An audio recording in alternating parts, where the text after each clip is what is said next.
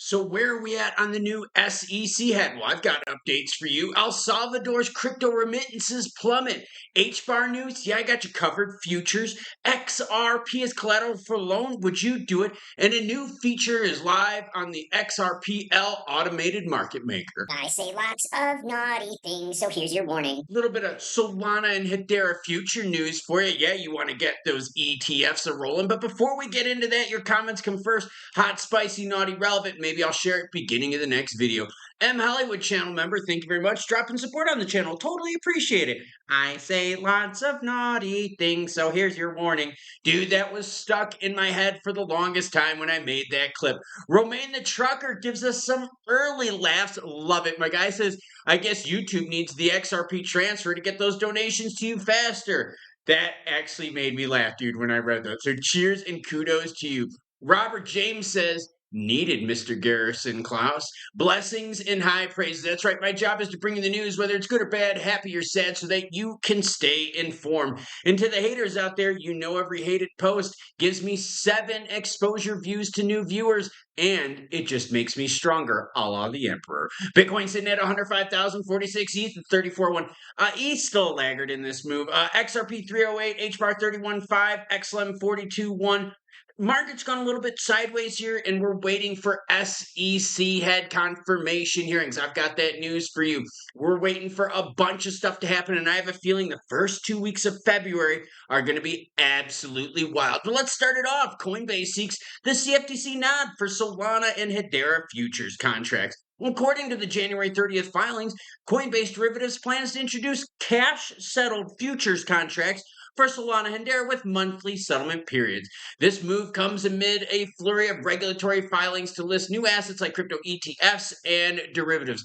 Yeah, you want to get the ETFs going, you got to get some futures going, you got to get the pricing structure done. That's done through the CFTC.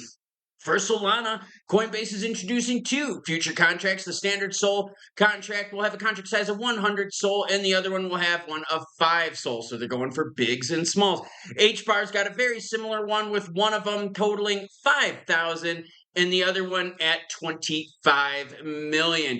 Here's that filing from Coinbase. You're welcome to read it. Why? Well, because as always, any article you see in this video, along with all my other ones, they will be linked where everyone in the description below. Ooh, a little juicy siege battle going on the screen behind me. El Salvador's BTC remittances hit an all-time low. One of the biggest selling points that we heard from crypto in the beginning was the idea of remittances. And remittances across the globe, hundreds of billions of dollars, right? So there's a massive market there.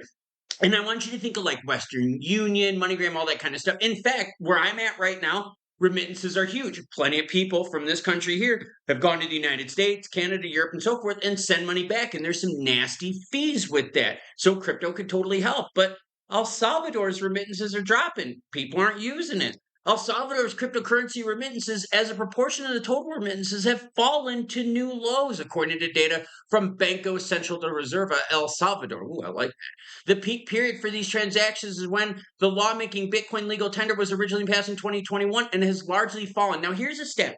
And does this stat scare you? Because we're still thinking about crypto utility and so forth, and it can't just be speculation, right? And speaking of utility, I got XRP utility news for you. You might not be into it, but I gotta share it. The peak remittances was now less than 1% of the total. For December, the total amount of family remittances from cryptocurrency digital wallets was only $7.22 million. That's crazy low. So does that mean the boom is gone with that kind of stuff? Or does it mean that they're not really a fan of using BTC for the remittances? Also, El Salvador has had to kind of reel in their BTC hysteria because the IMF was like, girlfriend, if you want a loan from us, you're going to have to stop the BTC craze. Now let's talk about the Senate hearings, Paul Atkins, and all that kind of SEC stuff. Okay, here's the deal, all right? He is going through the process right now, and the last filing, okay, so the last update to this was on the 28th of January. This was received in the Senate and referred to the Committee on Banking, Housing, and Urban Affairs. Once they get it, they're going to chop through it, and then they're going to give us a new date. the SEC can't really do anything too crazy right now until they get this head confirmed, right? There's only certain things they can do, obviously, within the purveyance of the law. So now we need this. This is one of the big things holding us back. And I know what you're saying. Bro, how long does this take? Dude, it's the United States government, man. Like, trust me, none of this stuff happens fast. So, as updates happen, I'll be sure to share it with you. So, hit that notification bell so you don't miss out. But right now, it has been forwarded to the Committee on Banking, Housing, and Urban Affairs. As soon as Atkins gets approved, we should see a flurry of changes in the crypto space.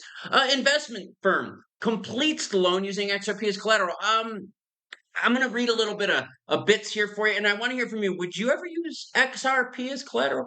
We're pleased to report a seven-figure loan was recently completed using XRP. This loan offers liquidity without requiring the sale of assets, and the foundation lies in smart contracts. The traditional loans often involve lengthy processes, but this deal was done in 72 hours. So that's actually really good, right? But would you use your crypto for collateral as a loan? I mean, like, I understand that there are some people out there that have a lot of money, right? A lot of fiat tied up into crypto. So for them, this might be a good option. Now, I like this story because it has to do with what? Another use case for crypto, right? We can't just be sitting here all going, oh, dude, we just want to buy low and sell high, the obvious, right? No, we got to use crypto for something. And that's why I brought up the El Salvador story about remittances for crypto being at an all-time low. Because remember, a few years ago, that's all these crypto companies touted was, oh, this is awesome for cross-border payments. Oh, it's awesome for remittances. But we're seeing that the public really isn't getting into that too much. In fact, okay, so the country I'm in right now, Latin American country, beautiful place, by the way. I'm having so much fun out here. I have been to a whole ton of stores, like a ton of them. One of them has taken crypto for payments, and it was actually like a toy gaming store, right, with some kind of cool tech stuff in there. That's it. Only one of them. I have not seen any other like crypto ATMs. I haven't seen any other crypto payment things, nothing like that. Only one store has had it.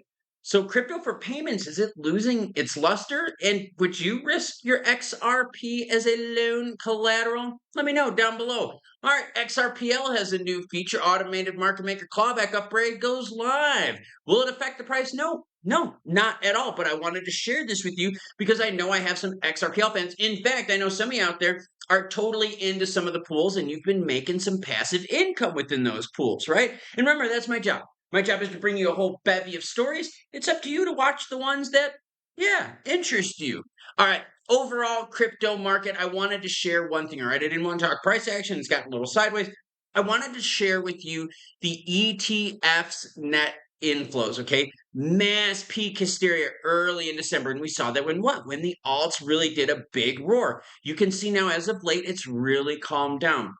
We're waiting for SEC confirmation. We're waiting for the first 30-day thing from Trump's executive order to come in play. And by the way, I'll have that video linked at the end. I released it late yesterday. The algorithms did not push it. So if you want to get all the cool big dates in regards to those crypto executive orders taking effect, it'll be linked at the end of this video. But you can definitely see the ETFs are starting to slow down a bit. BTC dominance is still there at 57.8%, ETH at 11.4%, and the others at 30.9%. Overall, the market is waiting for more news to break. The market cap is healthy at $3.6 trillion. Volume down, of course. Why? Because we're waiting for the big stuff to happen. And we know every weekend, right? Crypto kind of takes a little bit of a snooze. And it's okay, trust me. I even felt a smidge of burnout during this week trying to keep up with all the juicy stories that were happening. So if you're feeling like a little burnt out, a little like, whoa, dude, I'm feeling it, man. It's cool. We're all feeling it because this has been a wild several months of crypto. Volume right now at $107 billion. Overall, things are healthy, and we're waiting for a few stories to thaw. Now, crypto for loans, that's an interesting thing because that's going to open up another segment of utility and usage for crypto. But obviously, collateral comes with the risk. It's the same thing. Would you ever use your house for a loan? I mean, some of you business players out there know exactly what I'm talking about. You do. You put your house up for collateral on some of the loans that are out there. But would you use your crypto for collateral? And how do you feel about remittances in El Salvador really starting to tank? It's the whole like utility versus speculation thing, right? Right now, the crypto market is made of tons of speculation and very low utility and usage. We need to start finding more ways to get that utility and usage up to start matching that speculation. In terms of payments, like I said, firsthand news. I'm here, beautiful country. Only one place so far has taken crypto as payments. And trust me, I've kept my eyes peeled. And it's really easy to see the crypto logos out there, but only one store has had it. It was a very cool gaming store. And I did pick myself up some cool gifts from there.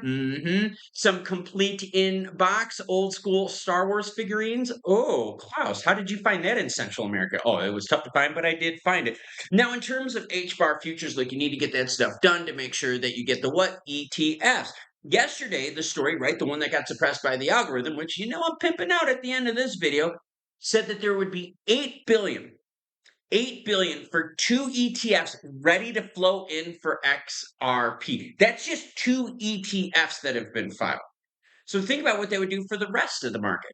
And you can't get the ETFs, you can't get the juicy rags until Paul Atkins gets confirmed. Right now, it's set to the Senate Banking Housing Committee. They're going to do their thing. They're going to set up some hearing dates, and I'll be glad to share that with you. So make sure you hit the notification button so you don't miss out, because I bring in the news, whether it's good or bad, happy or sad. And remember, I scrub the news so that you don't have to. And how do we end videos? Ooh, there's some heavy Archer fire going on here. Any Total War Rome 2 fans? Choo choo, bitches.